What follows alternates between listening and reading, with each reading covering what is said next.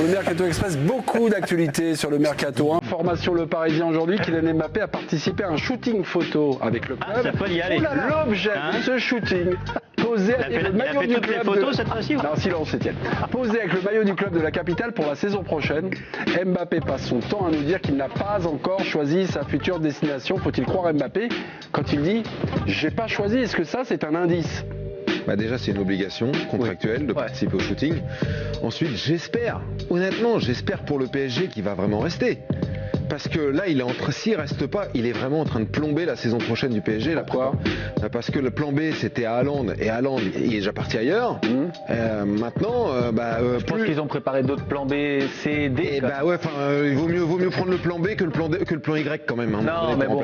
Justement, Paris serait sur Darwin Nunez, l'Uruguayen de Benfica, selon Diogo. Leonardo, le directeur sportif, serait prêt à envoyer un chèque. Enfin, je sais pas s'il fait en chèque, mais enfin, 120 millions d'euros. Nunez qui pourrait remplacer Mbappé. Il est peut-être sur la liste, mais qu'il soit prêt à envoyer un chèque de 120 millions, c'est faux. Pour le moment, c'est faux. Pourquoi c'est faux ? On parlait de moins. Je vous dis que c'est faux, c'est faux. Ok, c'est faux. Tiens, justement, vous êtes chaud, Damien. Bremer, défenseur du Torino, défenseur brésilien de 25 ans, il intéresse Leonardo. Et donc le PSG, la source est RMC. Non, la source, c'est aussi l'équipe.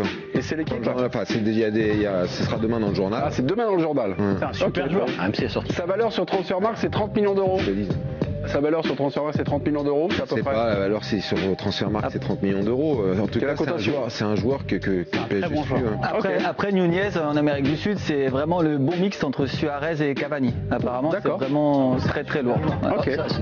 Ça fait envie. Ouais.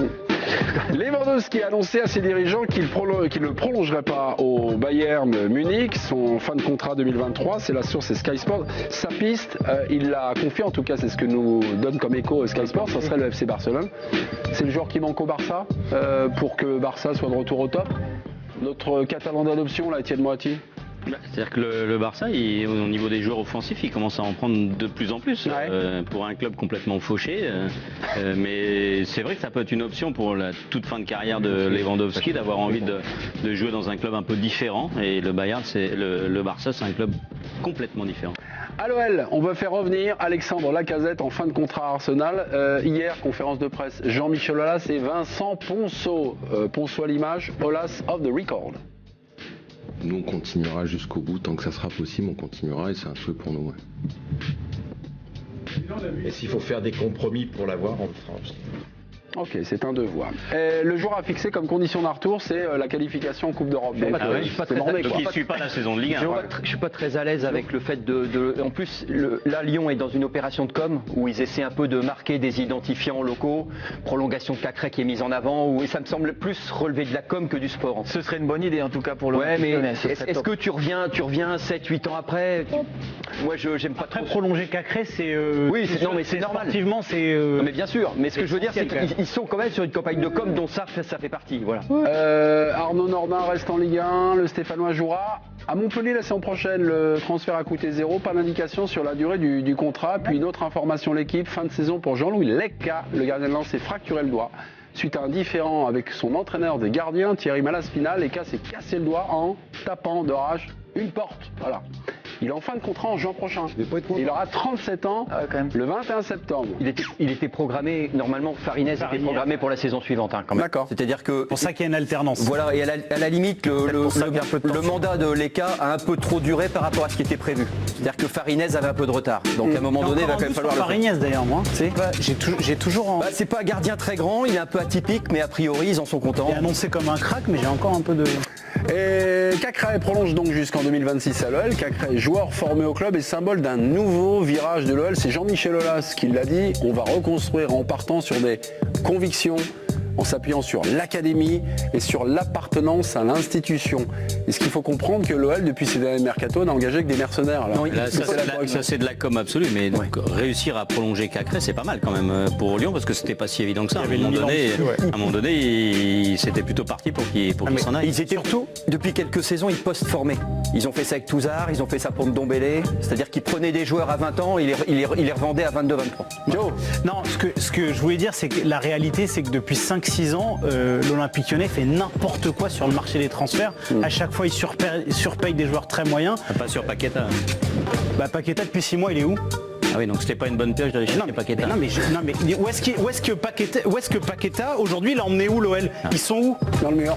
Parfois c'est curieux de parler avec toi, c'est-à-dire que même sur des évidences, tu réussis à te bloquer. C'est-à-dire que avoir été chercher Lucas Paqueta et qui aujourd'hui donc est en équipe du Brésil, titulaire en équipe du Brésil, qui aujourd'hui vaut 60-70 millions d'euros, c'est vrai que c'était pas une bonne idée. Tu as un raisonnement individuel, c'est pas parce que tu as des joueurs très forts que collectivement, je suis désolé depuis 3 parce que Paqueta c'est pas un joueur d'équipe non plus. Bah, d'ailleurs ils sont tellement bien que depuis 2 ans ils sont en Ligue des Champions, ils sont formidables. Bon, on s'est envoyé sur Lyon. Des échecs, faut quand même aller au secours de Giovanni. Il y a quelques échecs dans le. Voilà, je veux dire, bon, c'est fantastique. Sinon ils en seraient pas là. Voilà. Non mais je veux dire. Ah, mes petits, Gourvenec sur le départ, info l'équipe. Alors, non, attendez. Pour le remplacer, des noms sont évoqués. On parle de David Bettoni, ex-adjoint Zidane, Batless, Camboire. Bettoni numéro 1. Est-ce par ricochet une info sur l'avenir de Zidane? Non? Parce que moi je le voyais comme un couple inséparable. Zidane a dit à Bettoni il y a 6 mois, et Bettoni a fait une déclaration, c'était sur RMC, faut leur rendre, une déclaration publique où Zidane a dit à Bettoni, vas-y, fais ton truc. Donc Zidane, en quelque sorte, lui a dit vole de tes propres ailes, libéré. Est-ce que ça veut dire que Zidane s'arrête et attend quelque chose? Est-ce que ça, j'en sais rien.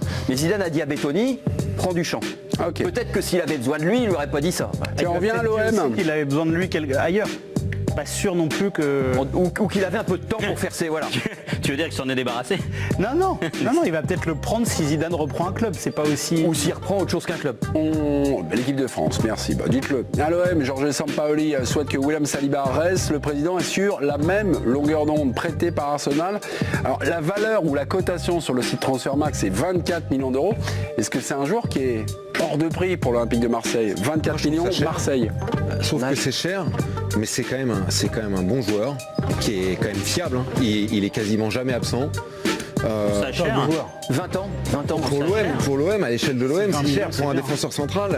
Je sais pas, je connais pas l'état des finances de l'OM. Les jeunes français. Mais quand tu mets 24 ou 25 millions sur un défenseur, c'est que tu as un peu de sous derrière. Je sais pas si c'est le cas de l'OM. Benzema égale Raoul, puisque ce soir le Real Madrid, déjà champion, recevait l'Eventé. Le Real a corrigé l'Eventé.